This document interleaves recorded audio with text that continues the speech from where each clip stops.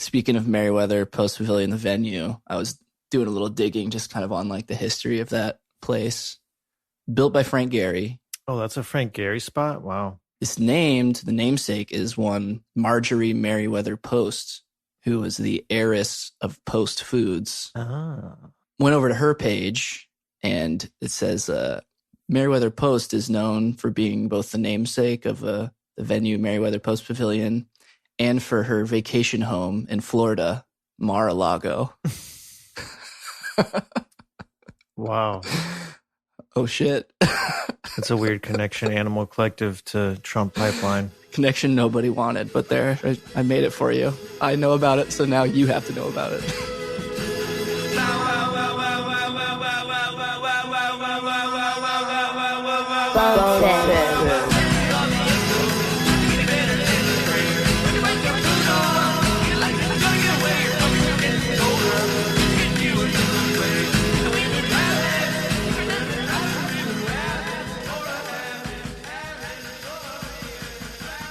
This is Bonefish Pod.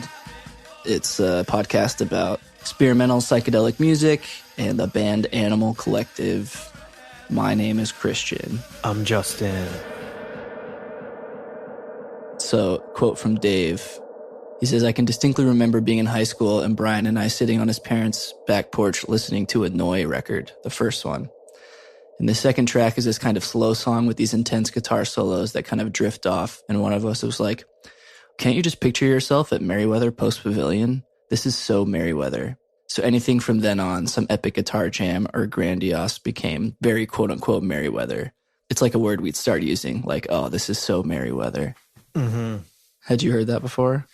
I don't know, but I get what they're saying. Like, this is like so like outdoorsy, big, like grand. Yeah, I just love the idea of like them having their own like interpersonal slang and then that becoming the name of this record that becomes like world renowned. So yeah, obviously Merriweather Post Pavilion, we're chatting a little bit about today.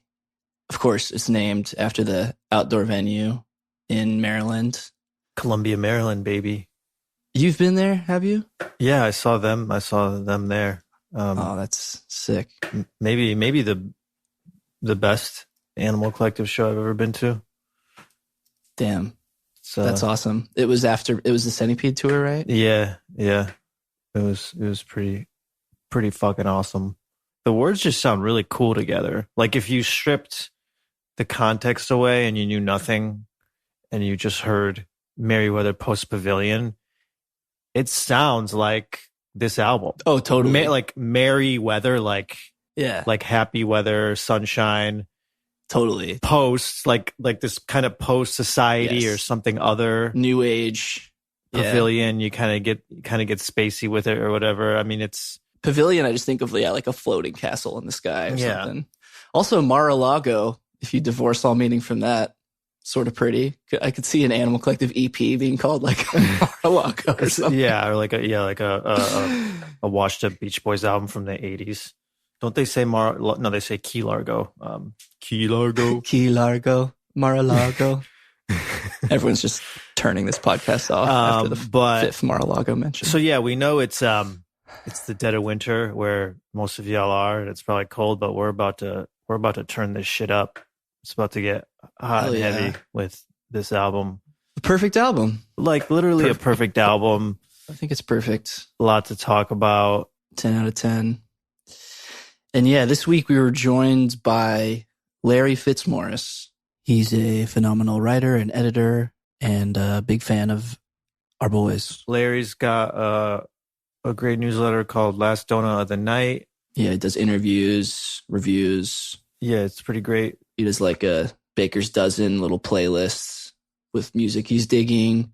He just interviewed geologists recently on it, right? Yeah, he had a great interview with Brian about what it's like being in a band these days, you know, that and how that's changed, especially a band like Animal Collective that came up during a different time, had popularity, and now is existing in this fucked up music industry landscape. So Yeah, Larry, a huge Animal Collective fan. I think we forgot to ask him, but I think Merriweather might be his favorite album too. I'm not sure. Don't quote me on that, but he had a lot to say. Yeah, I mean, he wrote this piece for Pitchfork on the 10-year anniversary of the record back in 2019 that we referenced in this interview.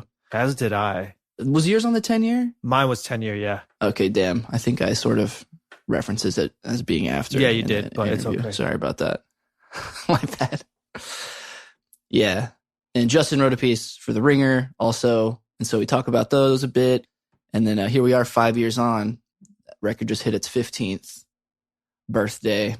I had a fun conversation with him about sort of his perspective as like a longtime fan and kind of entering the Merriweather era via like the live performances. He says he saw them like 5 times in 1 year. And yeah, we talk about sort of the record, but also kind of the context in which it exists and kind of the music industry at the time, how it's changed. But if you want to go deeper on the record with us, we are doing a Merriweather Post Pavilion deep dive for our first Patreon episode. We're going to go song by song. We're going to talk about early live versions. We're going to talk about the samples they use, get deeper on some of the technical stuff, and really just go in. So that sounds good to you. Check it out over at patreon.com. Yeah. /bonefishpod. Check that out.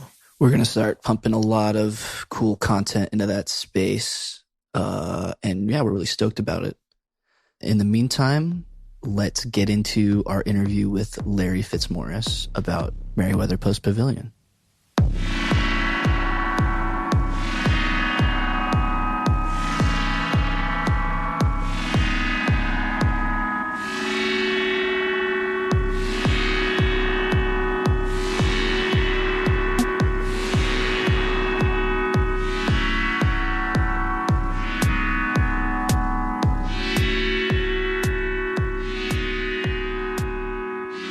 So yeah, we've been.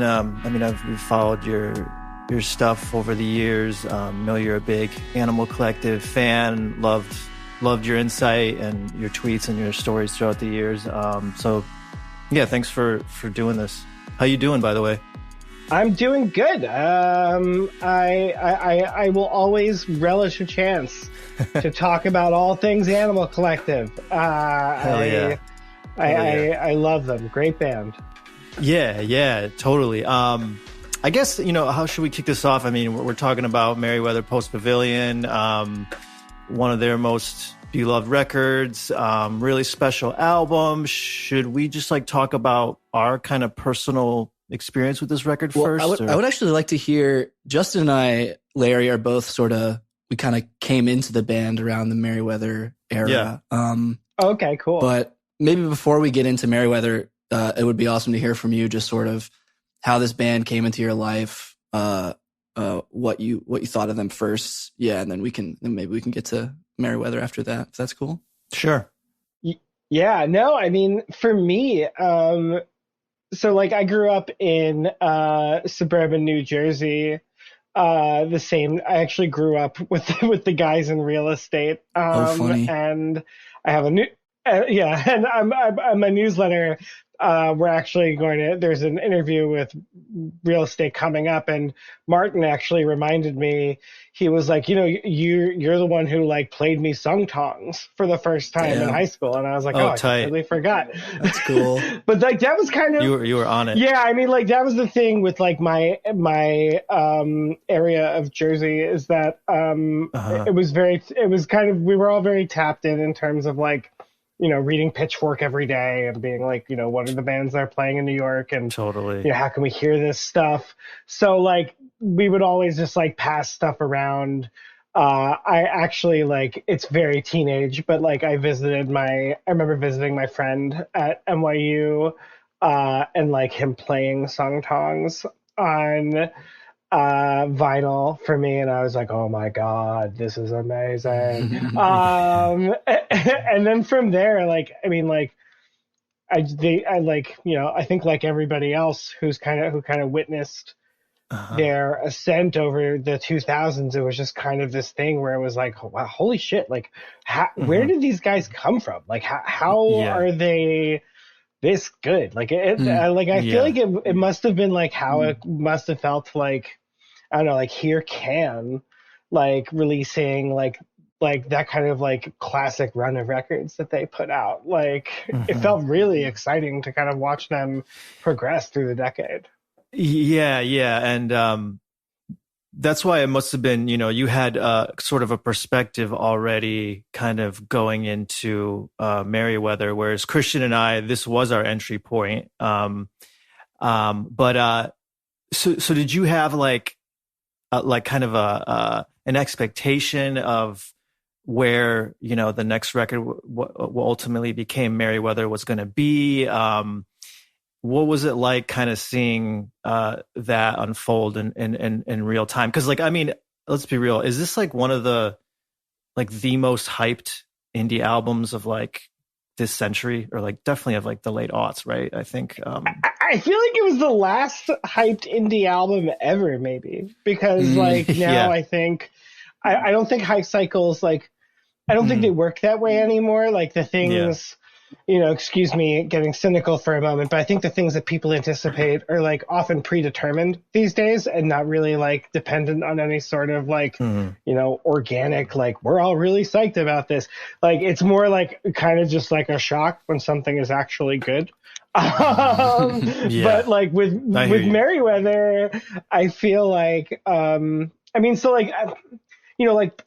to me in the 2000s, I think something that was so essential, and it kind of remains so today, to like a lesser extent, about like being an Animal Collective fan, was seeing them live really frequently, because they were often playing new, like completely new stuff, whenever they played behind a new record, like the Sungtongs shows, of which there weren't a few, like they were already kind of testing out some Feels stuff in the Dave and Noah setup. And with the Feels tour, which I was just reminiscing online about, I saw them 5 times during the Feels tour. Like jealous.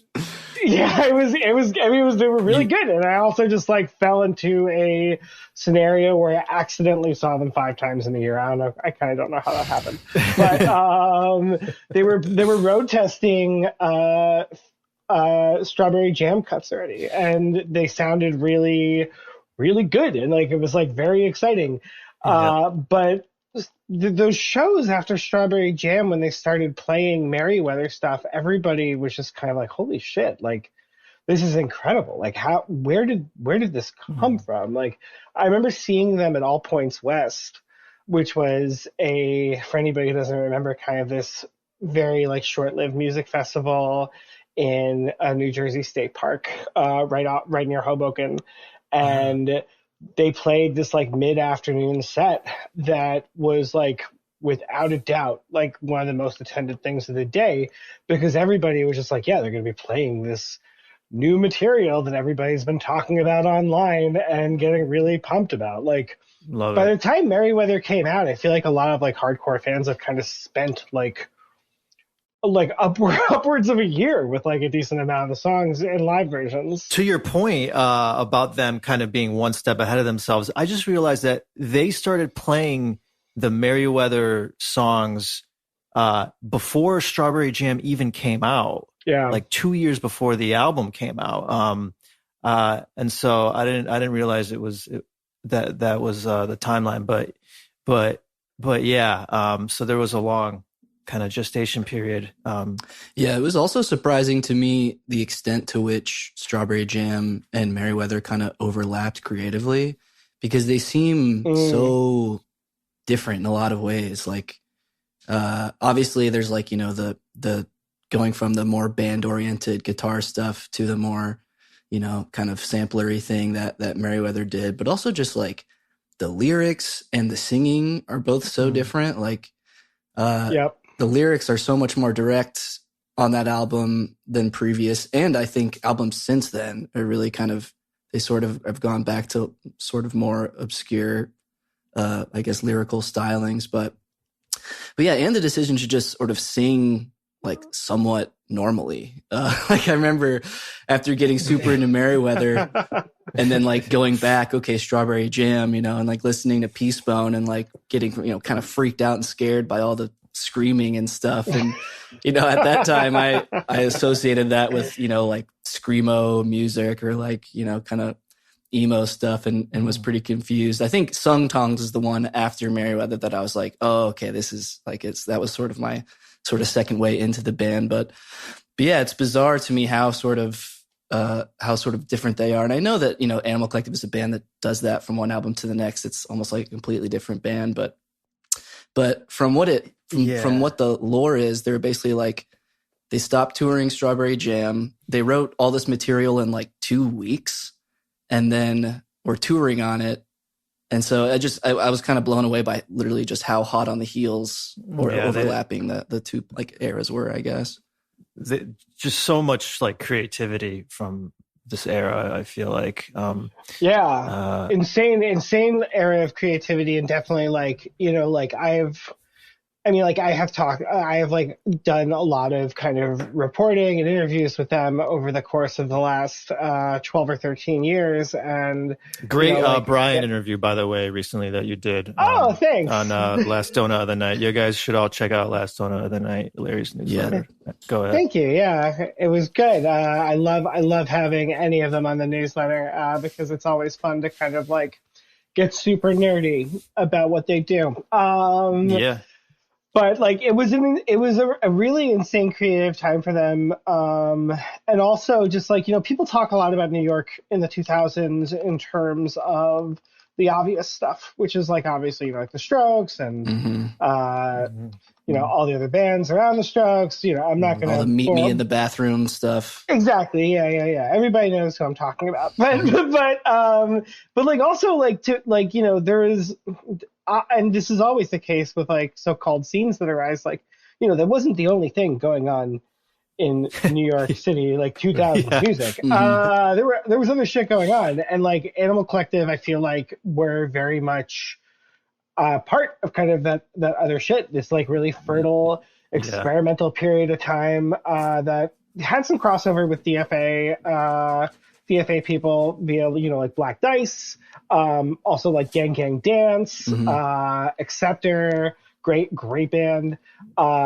I know that the guys in Animal Collective used to live with the Gang Gang Dance people in the studio for a bit. That was kind of like a whole like creative vibe going on. So you had, I feel like their 2000s run was almost kind of as representative of, you know, them being like close knit and creative because, you know, they also kind of all started to live in different areas of the world from each other from the late 2000s on, but also just indicative of how incredible of a decade it was for experimental music in New York City. Yeah, and I definitely feel more drawn to that scene than like the Stroke scene. And I think it just felt like the sort of Brooklyn artier scene kind of drew on a wider range of music. But I guess like we should just give like the Wikipedia entry real quick. So Merriweather came out in January, 15 years ago, on January 6th, 2009. And it was their 8th studio album. This hype was insane. Like Larry, you've written about this, and I'm sure you guys know about like Brian's phone number got stolen. They were really trying to protect the leak, but I think Ed Drosty from Grizzly Bear posted Brother Sport. It became a whole thing with Web Sheriff, and the album actually leaked on Christmas Day, 2008. Wow. And wow, what a present to the world. Yeah, I mentioned this in the Pitchfork article I wrote about Merriweather, but somebody edited the Wikipedia at the time. I remember this very clearly to say that it was a Christmas present to the world, and then somebody changed it almost immediately. But yeah, it's a great piece that you wrote. I think it's on the 10-year anniversary, right? It's 2019. And you talk about kind of how this record is really kind of sort of lives in this isolated zone, both musically and kind of like culturally at the time. It sort of exists in this like in-between place. And one of the reasons I think culturally it feels so different from now is that whole like leak saga in the grizzly bear thing. I was looking back at your piece, and it links to the news post. Grizzly bear apologized to Animal Collective for leak, and it's a pretty funny read. I mean, there's a wonderful, really, really low res picture of Animal Collective in Ed Drosty. But it talks about how, Domino hired Web Sheriff to like go after Grizzly Bear and sent him this like really strongly worded, sort of cease and desist. And it's funny now reading it because, it just feels like such a different world than then. It's sort of your music leaking, or just, not even leaking before, but just going online and being consumed for free, basically having no value, like no monetary value, is sort of par for the course these days. Yeah. And it was pre-Spotify, and like blogs had a lot of, say in uplifting bands. And totally, that is just not the case anymore. But yeah, I mean, I was kind of shocked to see that official singles didn't come out till like a few months after the album actually came out. I guess My Girls and Brother Sport kind of were the two songs that I think leaked, but it's kind of the reverse now, where you have this long drawn out record cycle of like 3 or 4 singles, and then the album comes out. This was kind of the opposite then, which is how it used to be, I guess, right? I feel like the level of anticipation was almost like, because it was kind of like one hand kind of like feeding the other in terms of the leak stuff, because I mean the issue of records leaking early was a problem that was happening obviously throughout the 2000s, but like especially happened to Animal Collective and Panda Bear with Person Pitch and Strawberry Jam. Both of which I remember Person Pitch leaked like absurdly early, like 3 months ahead of time, and I had leak as a 19-year-old college student. I was listening to it constantly. But I felt like them being so kind of like guarded about what Merriweather was actually going to sound like and not putting out any pre-release stuff. It felt very intentional in that sense, because they had been burned pretty severely several times before. And yeah, I mean, it's funny just thinking about the notion of like music leaking at this point. Like it still happens occasionally. Like the Beyonce record leaked, and of course I listened to the leak. Who gives a shit? She's not going to get any money from that. But didn't FKA Twigs recently that's the unreleased. Yeah, the unreleased leaks that are happening to all the artists where their shit is getting hacked is like insane. That's just dystopian and terrible, and like a new level of disrespect for everybody involved. But I mean, like it feels so quaint to think about them being like no pre-release tracks, like like we're gonna keep this. I think the My Girls video came out after the record actually came out. I remember, this is actually a funny personal detail. One of my first dates with my wife was actually at the listening party for Merriweather Post Pavilion, because I was working at Spin Magazine at the time, which most of their staff astoundingly like did not give a shit about this record. They just like they that were checks all out. about like they were all about like the new AC/DC album and like whatever. It made no sense. That's a whole there was definitely a media divide with this band. Which we could also talk about, but that's funny. So I got to go to the listening party as like the 21-year-old paid intern, because like nobody else wanted to go, which is just like hilarious to think about. Like it's like you were like, these people don't get it. They didn't get it, and then you were like, I know. And then they laid me and everybody else off like 8 months later. So I mean, I think it was this thing was also kind of like if they had only covered Animal Collective more, those losers, right? That would have saved them. Yeah. No, but it was kind of indicative of just like a greater sea change in terms of like indie music, but also like the way music's consumed online, the way music's talked about online, like kind of like everything. I don't think things changed because of Merriweather Post Pavilion. I think it's just a huge record that arrived when like things were like really starting to change. Yeah. I mean, it's just insane that this album charted. It was like 13 on the Billboard charts. I think that would never happen today. And to get into to the actual music, to my ears, when I first heard this band, it was My Girls. And what struck me was not that it was weird, was like how this was like, yeah, like this is about time. Like this reminds me of like stuff that I loved, obviously the Beach Boys, Lindsey Buckingham. Somebody like wrote a post on Collected Animals that said Merriweather is like a Beach Boys hip hop album. And I was like, yes, please. And it's just funny how, so it sounded very accessible to me, but then you have like, I guess maybe most people are still like, this is a fucking weird album, know?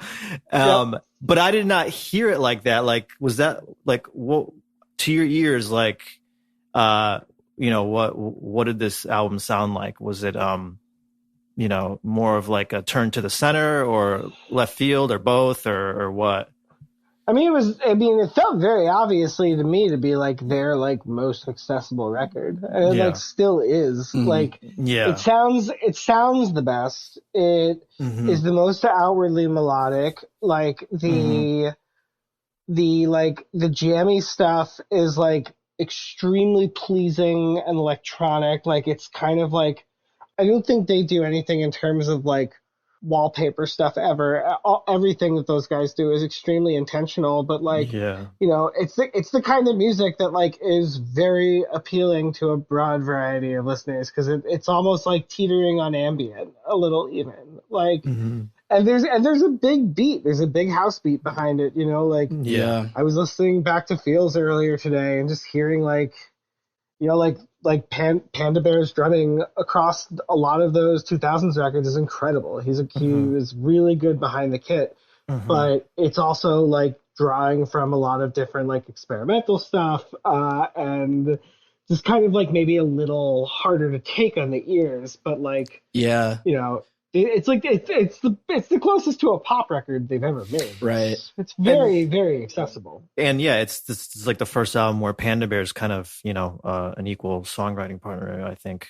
Right. Yeah, I think that's a big part of it, of like sort of part of this kind of magical alchemy that makes this record basically perfect, is like he's sort of emerging. I mean, he is a songwriter at this point, but he was definitely, up until this point, more had like a backseat to Dave, and then sort of coming off of Person Pitch, which was, obviously really well received.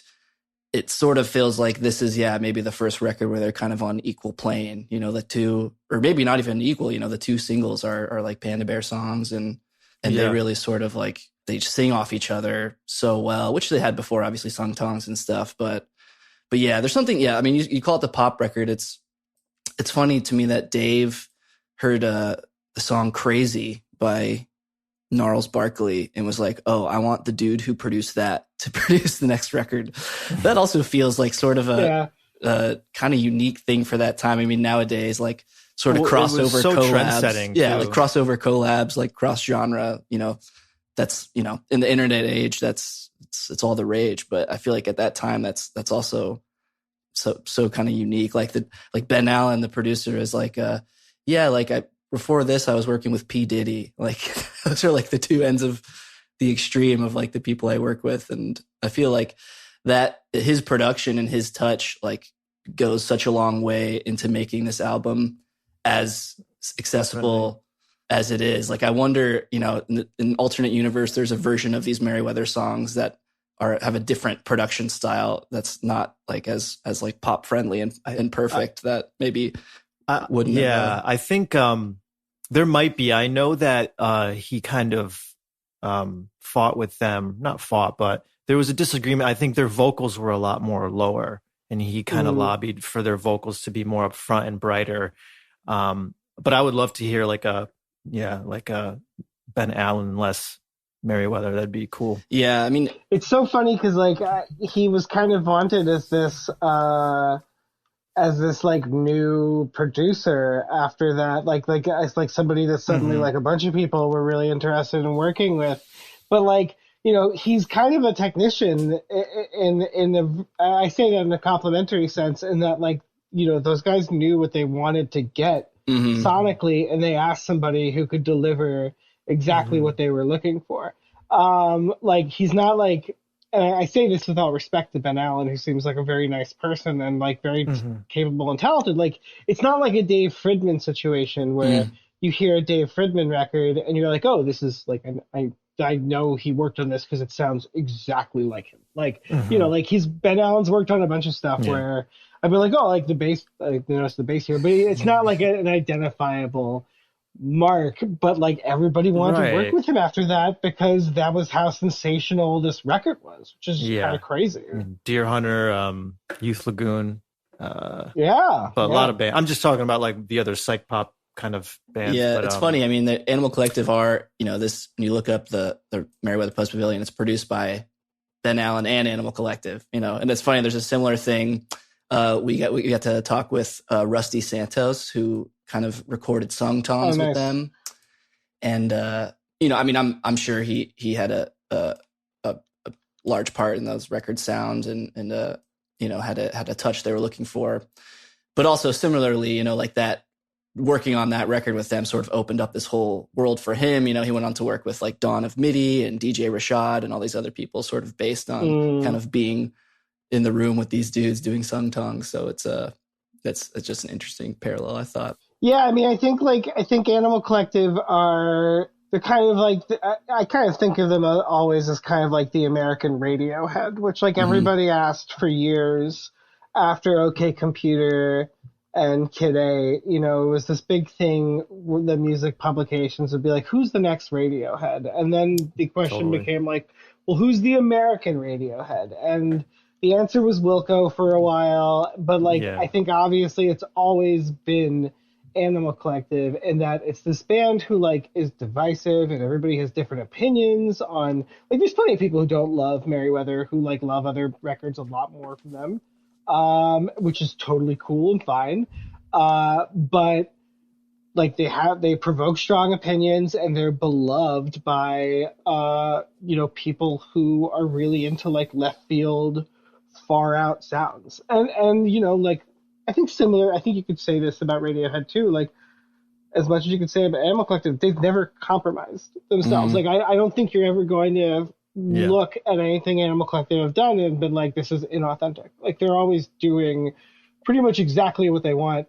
It almost seems like an accident that the rest of us are so into it, because I feel like if nobody cared, they'd still be doing it. Yeah. I think that's spot on. Yeah, that's what I think. That's part of it, part and parcel with the music that like made me fall in love with this band. Like Merriweather Post Pavilion for me actually wasn't super accessible on first listen. Like I thought it was pretty weird. I remember seeing the My Girls video on Stereogum and being like, what the hell? These dudes are like, they have these, what are those things? I guess they're called samplers. There's like one drum.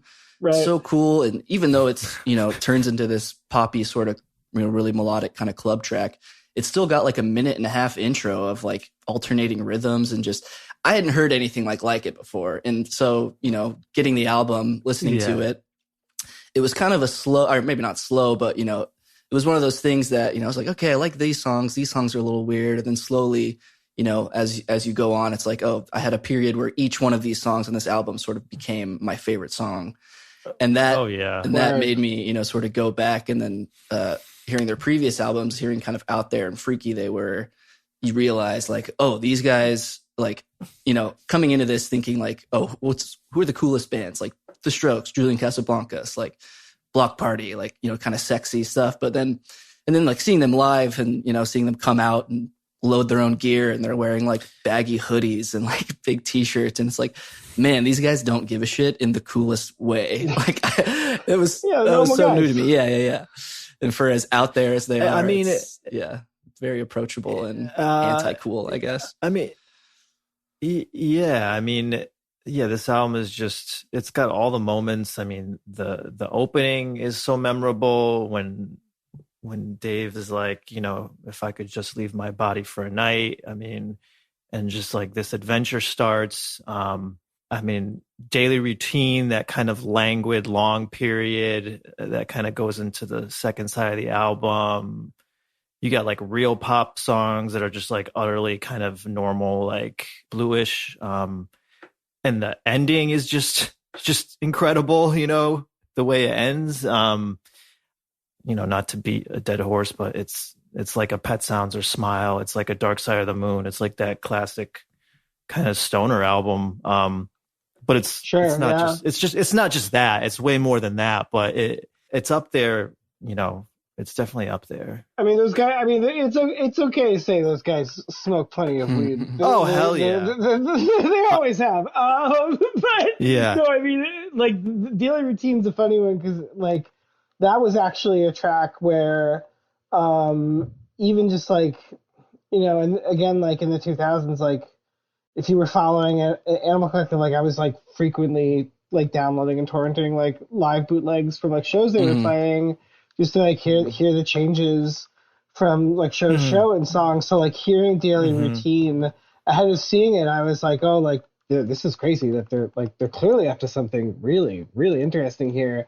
And like seeing the live version of that, I think that's something that kind of blew people away as much as hearing those early live takes of like My Girls and Brothers Sport. Just kind of like, oh, like they're like, it's something different, but also like Person Pitch itself was such a massive sea change in terms of indie. And like, I mean, I think you could probably point to Person Pitch as the point in which like the like quote unquote like rock part of indie rock kind of got dropped because it inspired so many people to pick up samplers and make music by themselves and kind of just make these extremely layered, you know, very like hypnagogic sounding electronic pop songs and albums. But, you know, they themselves drew from that sound for Merriweather. I love that.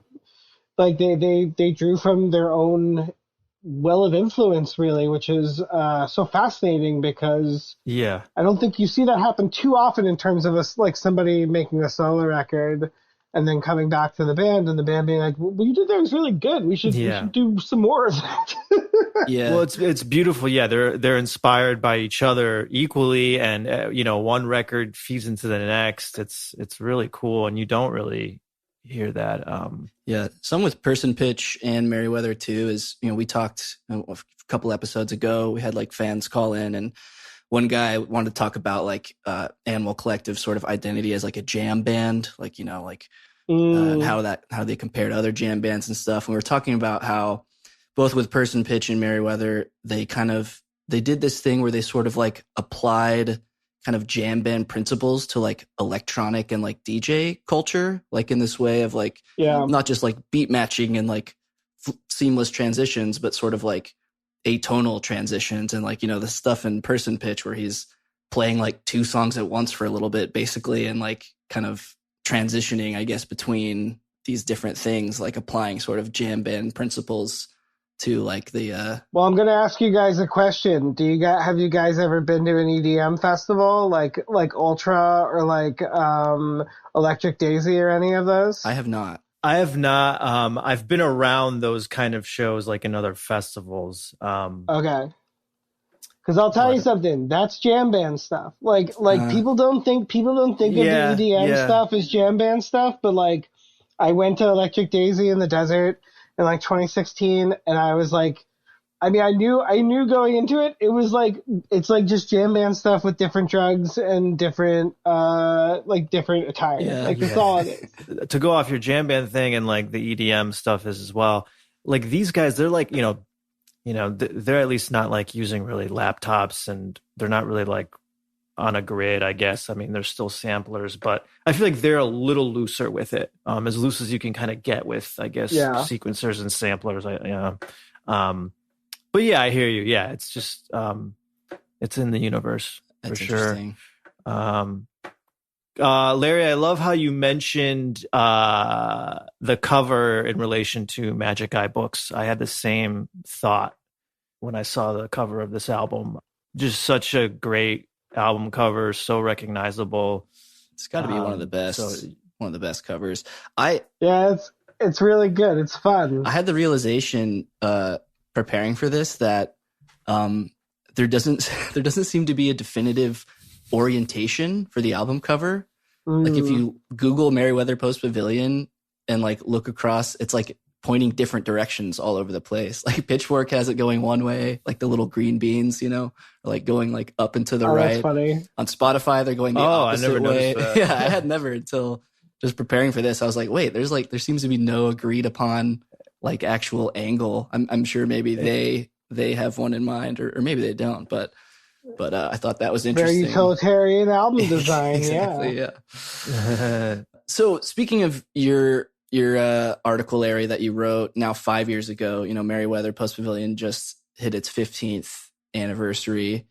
Do you still feel like your observations hold true, or has anything changed in the last 5 years for you in relation to this band, or I guess this album specifically?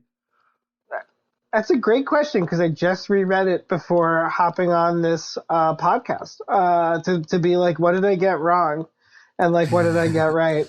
I feel like almost all of it still holds up, but I feel like the main thing that in the beginning I point out that their closest contemporary sense was, to me, Dan Lapadin, Electric Point Never, who hadn't achieved a level of commercial viability that Animal Collective had. That's obviously not true anymore. Yeah. Dan is pretty successful, but I think other than that, I mean, like, the most interesting thing about Merriweather is that it is one of those records that's like truly singular. Like, I think Animal Collective are an extremely influential band, not in like terms of sound, but in terms of almost like atavism, like what you want to be in terms of a musician. This idea of being kind of forward thinking and following your own path, and not really doing what's like expected. Like, I think like a lesser band or a less interesting band would have very easily kept on with the Merriweather sound and just like slowly whittled that away to nothing. And instead they made a bunch of stuff that like they themselves will be the first to tell you they do not like very much, or like the people didn't like them. Oh, really? Like, or the people, people or them? Yeah, people. No, they love it. They love the records. Okay, But like people like, didn't like those records. No, they like the records. But it was funny as a listener for me, because like I don't know, like I'd been trained at that point to kind of accept and understand that like I might not like what they do next, and I like those are not my favorite records what followed, but like I think they're very interesting. They're certainly not like bad albums, and Agreed. I think the worst thing you could say about them is that they have a limited reach compared to what came before it, but like they're very original. I think that you can look at a band like MGMT, I would say, as following a similar ethos to Animal Collective, a band that like really does not care about what has made them the most famous, and is instead interested in exploring what their own passions are. And like that's always exciting. We really do not get that enough from any corner of music these days. And it felt, sometimes I feel like it used to be in larger supply, but I honestly think that's kind of the poison of nostalgia that creeps in as you get older. But I mean, like, it's still a very singular, like nothing's like it. Nothing is like this album. I know you kind of said that it was kind of like a glitch in the matrix at the time, a very singular record, which I totally agree. I guess I do feel like, maybe more so circumstantially, I feel like, there was Beyonce sampled My Girls, Solange eventually worked with Noah. I do feel like there was kind of a pipeline to maybe poptimism, if you will. I don't know, but definitely some wider influence. I feel like rap really kind of had like a psychedelic moment. I don't know if you can necessarily connect it to this album, but I think sonically, this record sounds great. Like, it has not aged to my ears. Like, how does it sound to your ears today? I mean, I was actually like running through the 2000s stuff before taping this, like I was actually really struck by how good Merriweather still sounds. Like Sounds so actually good. sonically, like yeah, and it's like it's funny because like I feel like people underestimate what you have to do when it comes to like making do with what you can when you're an indie band. And I think those early records, like, like those early records sound really good too, but they also sound very specific, and they sound by design because, they could not, like, they were working with a much bigger budget by the time Merriweather came around, and a budget that like they don't have today. That probably no indie band has today at Yeah. all. So like like I don't know, it does make you wonder. I think it's kind of one of the great tragedies of the last 25 years of how bad the music industry's gone. Like, just think of all the bands that could have made stuff that sounded really good if we had like a functioning music industry to give them money to do it. Yeah. No, that's a good point. All these kind of, weird albums that could have maybe gotten an extra bump if the situation was a little better for artists. Larry, you've got your ear to ground to a lot of new music. That's why your newsletter is awesome. Do you hear at all in any of the music you check out, the new music, younger bands? Do you hear like this type of sound coming back, like psych pop? I feel like we're kind of due. We're kind of like, have you heard anything that's kind of reminded you of this sound, this kind of late aughts psychedelic pop stuff? I wish, like, I feel like it would be cool, but I feel like the way that things are reminding me of the 2000s is like 2000s indie is more like kind of indie sleaze. Not even that really, because like that stuff to me is like, I don't know, like again, like going back to EDM, like that stuff's always in the air. Like you just have to know where to look, and like every like 18 months, like hipsters get into it, but it's there, it's always there.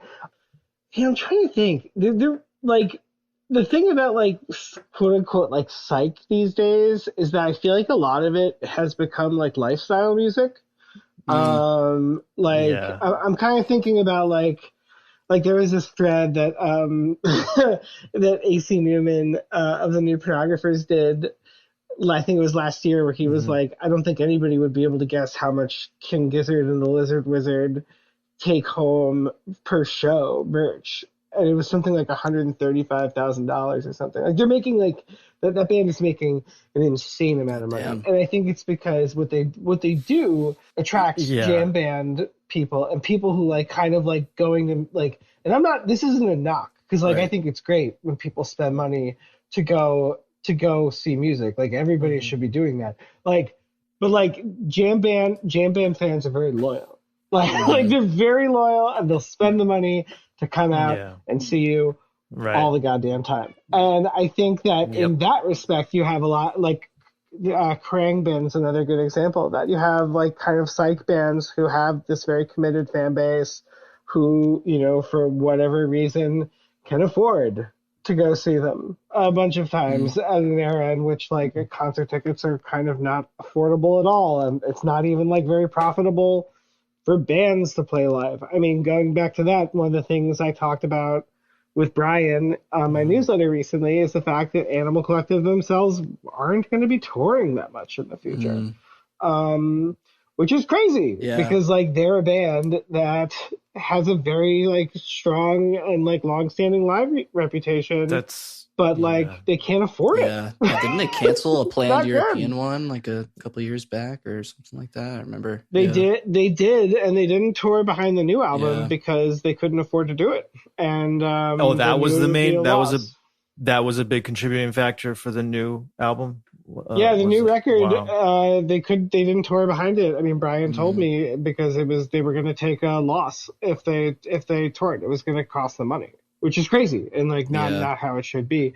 So that's a very long-winded way of saying that like I don't think we're in like an economic climate for an animal collective to happen again. Like just yet. Like I think that there's people making music like this, and I think they're also like, again, like I think it's almost more important to think about what the spirit of Animal Collective is rather than the music itself. Mm-hmm. Kind of thinking about artists who are doing something that nobody else is doing. Like, you know, like that's kind of always what is interesting me and grabbing my ear.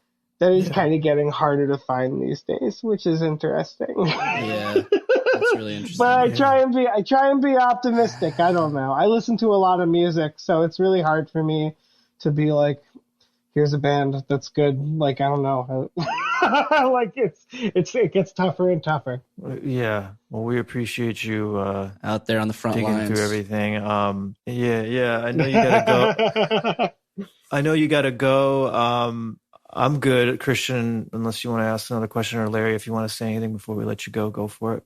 I guess just one final thought I had, speaking of just the way the industry is changing for the worse all the time, is like, you know, you mentioned, you know, could a record like Merriweather be funded these days? It's also interesting to think, like, could a record like Merriweather even chart these days? Like, if something this genius came out, would enough people even go out and buy it? Like, just the way that we've metric by which we even measure music. Like, Larry, your article mentions how this record charted, and then Justin, your article written a couple years later mentions how many Spotify streams My Girls has. Yeah, now, you know, like it's just. I mean, it's all so fucking random. Like I feel like you couldn't have us like a cross like cultural, and like Merriweather was kind of like a bit of like a cultural sensation, totally. Like as kind of low level as it was. Like I think you can compare it to, you know, like Sonic Youth in the 90s. Mm-hmm. Like like my parents were probably aware that Sonic Youth existed in the 90s. Like that's crazy. Like they had no business knowing about Sonic Youth. It's just none of their business. And like Merriweather was kind of the same thing, where it's like, you know, like, excuse the parlance, but it's like it kind of freaked out the squares a bit, in terms of like, you know, like here's something that's like a little challenging, but is also poppy, that's being like platformed on a major level intentionally by music publications, and like also like MTV. Like John Norris was a huge champion of Animal Collective. Yeah, those interviews were funny. They were great, and the band, clearly those guys hated doing those interviews. Oh, like, yeah, you know, the like, memes. Oh, yeah. I mean, like I know John. I've talked to him about this in the past. Oh, like, really? Like him, like with regards to like MTV, he was like, you know, like, I'm telling them to cover Animal Collective. They're telling me stop talking about Animal Collective. Like, you will get fired if you talk about Animal Collective. He's like, nobody wants to hear about Animal Collective. But like, he had a platform to do that, and he put Animal Collective on MTV. That's crazy. That's really cool. Yeah. That will never happen again. But like something like, you know, like this Mitski album that just came out last year was like probably the most austere and like imposing thing she's ever released, and it fucking charted because of TikTok. Damn. Like nothing makes sense anymore. Anything can happen. Like I think Animal Collective could absolutely have a TikTok hit in the future. Yeah. Yeah, let's make it happen, guys. They just need to invent. They need to invent like a dance, right? Like some kind of dance that catches on, and like a 15-second some clip. Sort of TikTok craze. Yeah. An Animal Collective Stanley Water cup. That's got like ayahuasca lining it or something like that instead of lead. Larry, thanks so much, man. This has been a lot of fun. Yeah, thank you for having me. This is great. Of course. Have a good rest of your weekend. Appreciate it, man. You too, guys. Take care. Bye-bye, Larry. Thank you so much. Okay, bye-bye. Bye-bye.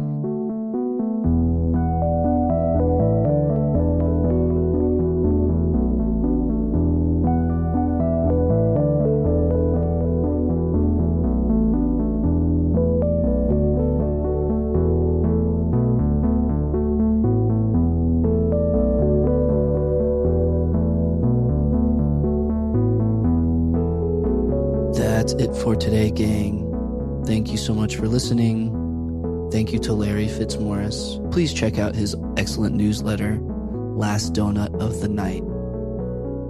Once again, if you want more Merriweather content, we have got a Merriweather deep dive up on the brand new Patreon.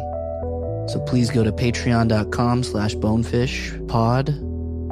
We're on Instagram at bonefishpod, and let us know what you think.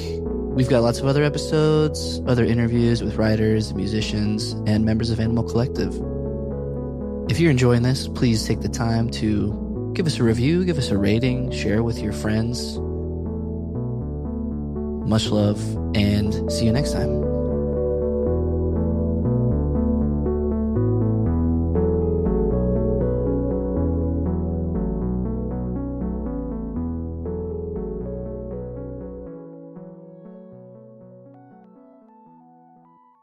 Bonefish.